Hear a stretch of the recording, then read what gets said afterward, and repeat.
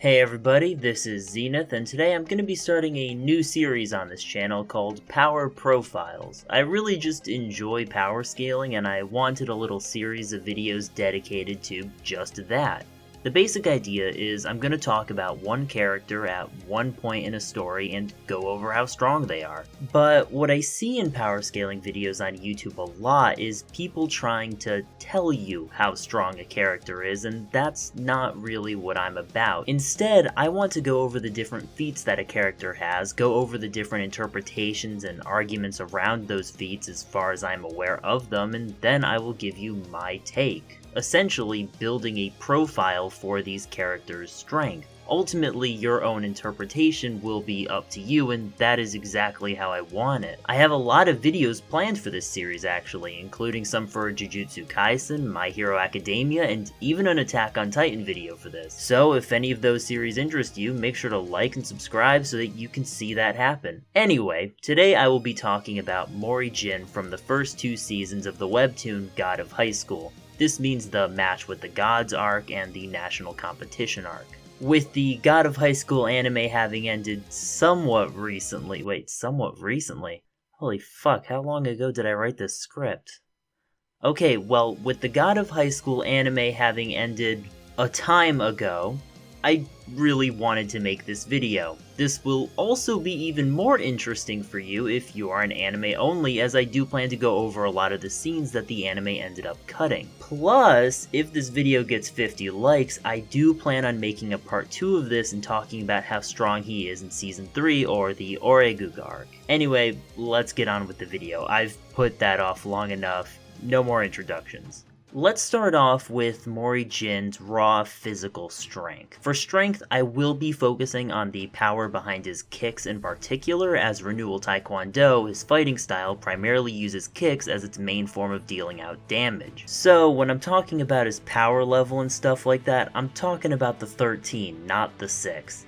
Luckily, figuring out his average kicking strength is pretty easy with a bit of scaling. All we have to do is scale him just above Manseok Gang, who with a single kick split the presumably concrete arena in half, and the kick even extended beyond that to hit the audience further back. Then, Manseok tried to kick Mori with his full strength, and Mori easily countered that with his own kick and then 3-shot Manseok. Now, I suppose you could say that maybe since he attacked Mori at the end with a non-named technique, that it was not actually his full strength. After all, martial arts and technique are considered a form of power in God of High School, and proper technique allows someone to have a much larger output than they otherwise would. However, I do not think that this is the case here, as it makes no sense for him not to go all out in this instance. Plus, Mori Jin immediately whips out a 3-stage Hochuk without the technique being named yet, so I'm fairly confident this is Manseok's full strength, so being able to top that is Mori's typical level of output. But that is not his maximum strength, not even close. Like I already said, proper technique is a form of power in itself in this series, and Mori Jin has no shortage of techniques, but I will focus on his stronger ones in order to give a sense of his maximum output. Let's start with the kick of the Blue Dragon, for example. Its most notable aspect is the massive wind current that it directs at the target. This has, fortunately, been calced, and I will link these calcs in the description for your own point of reference. The power of this kick seems to range somewhere between 4.2 to the 10th joules and 1.3 to the 11th joules. If you highball this, the kick hits the city block level of power in terms of attack potency. The only drawbacks to this technique is that it puts a pretty decent toll on the body, and in Chapter 82 it is confirmed that the technique requires prior movements of the body in order to build up usable wind currents. However, it doesn't stop there. There is obviously his second original technique, the kick of the Double Dragon. I'm not gonna beat around the bush with this one. Can we just agree it is probably twice as strong as the Blue Dragon kick? Like, it is literally just 2 Blue Dragon kicks. The only other thing I can really say on it is that it seems that Mori needs to use the kick of the Blue Dragon before he can use the kick of the Double Dragon. I couldn't find anywhere that it specifically says that, but I can't find any moment that contradicts it either. So if you can find any instance of either way, please let me know in the comments, otherwise that is just my interpretation. Lastly, for Mori-jin's techniques, I want to talk about the Jin Ho Chuk. The Jin Ho Chuk is probably the most important move in Renewal Taekwondo and is Mori's most reliable finisher if he isn't using the original techniques. But it is also kinda hard to scale properly. We can say with some confidence that it is not as strong as the Blue Dragon Kick, as his original techniques are portrayed as his strongest attacks at this point in the series. But we do know that it is also much stronger than his normal kicking strength. In fact, we get info on the technique all the way in the World Tournament arc in chapter 197. Mori-jin states, and I quote, "As I'm burying my left foot deep into the ground, send the power coming up from the ground directly to my knee, pelvis, waist, and then send back down to the tip of my right foot. That is Jin Ho Chuk." That quote doesn't exactly give us usable power scaling info, it just implies to us that it is much stronger than his normal kicking techniques in terms of raw power. While all Ho Chuk techniques are specialized kicks via their use of centrifugal force to generate power, the Jin Ho Chuk is special in how it directs and utilizes that power. So yeah, I'm looking at my script right now and I wrote an entire paragraph on this one move just to end up saying its power is inconclusive. All we can really say is that it is somewhere between the strength he displayed against Manseok and the strength of his Blue Dragon Kick. So it's in a middle ground. It's the strongest kick he can do without having any major backlash against his body.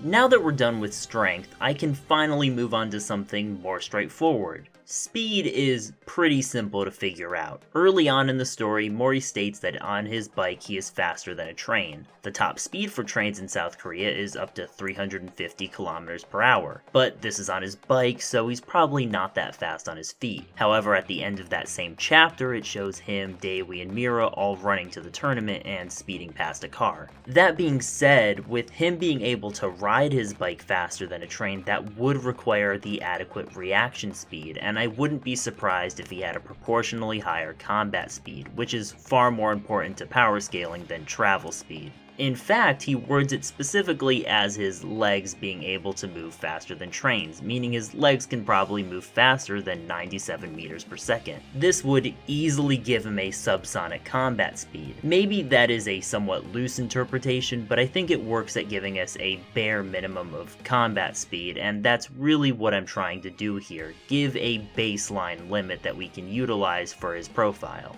Now we can move on to durability, which is probably his weakest stat. Remember, overall his power level is 6. He has strong legs, and according to him, his shoulders are stronger than cast iron, but overall his body is not the most durable, which is shown repeatedly. To illustrate this, in his first fight with Manseok, yeah, I'm going back to that, he takes a kick from Manseok. Now remember, this is Manseok with his arms binded, making his kicks a lot weaker. Mori takes this weaker kick and it still roughs him up quite a bit. He takes a second, stronger kick, uses Mira's sword to block it, and he still has broken ribs. So somewhere between those two kicks is where his durability threshold lies. But how strong is that kick? I will put the calc in the description for you to see for yourself, like with the kick of the Blue Dragon, and it seems to come out to somewhere between 8.3 to the 8th joules and 2.6 to the 9th joules in power. Anywhere above that and Mori's bones kinda start to break. Not including, of course, his exceptional leg strength.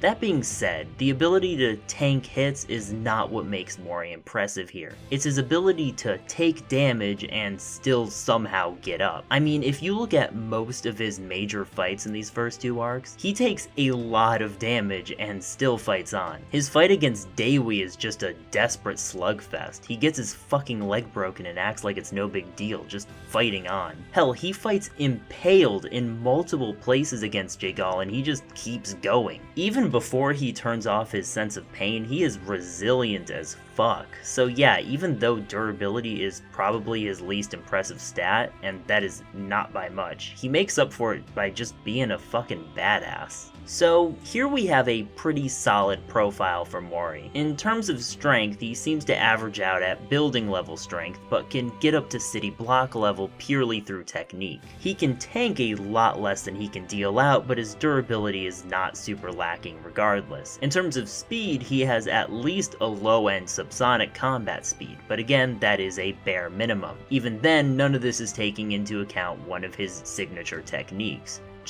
Chim, or the limiter removal, allowing him to multiply his stats at the cost of facing a physical rebound. He typically uses this to double his power at first, however in his fight with Taek Jaegal he pushes that to be an 8 times multiplier.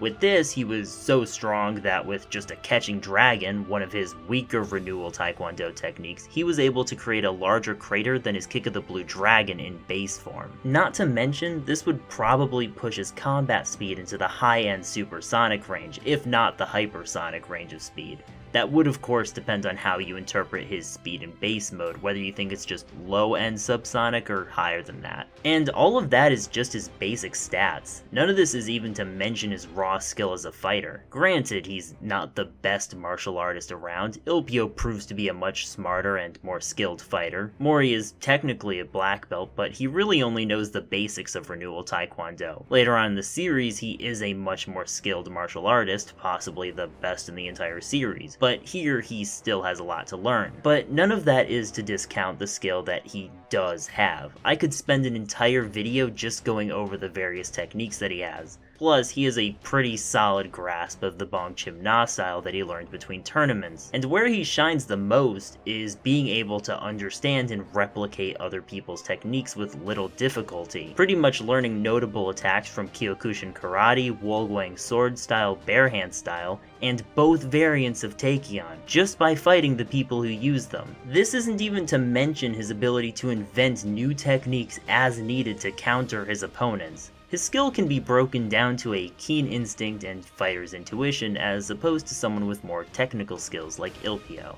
And I think that's about it. This is the overall profile I was able to come up with for Mori. I hope you enjoyed the video, especially if you made it this far in. If you'd like to see more content like this, please like and subscribe. If you want to see a part 2 for power scaling Mori Jin, please like the video and I'll get to work on it as soon as I can. Also, let me know if there are any characters you want me to talk about, and I probably will get to it if I feel like I'm competent enough to talk about it. Thanks for watching, everybody. I hope to see you again soon.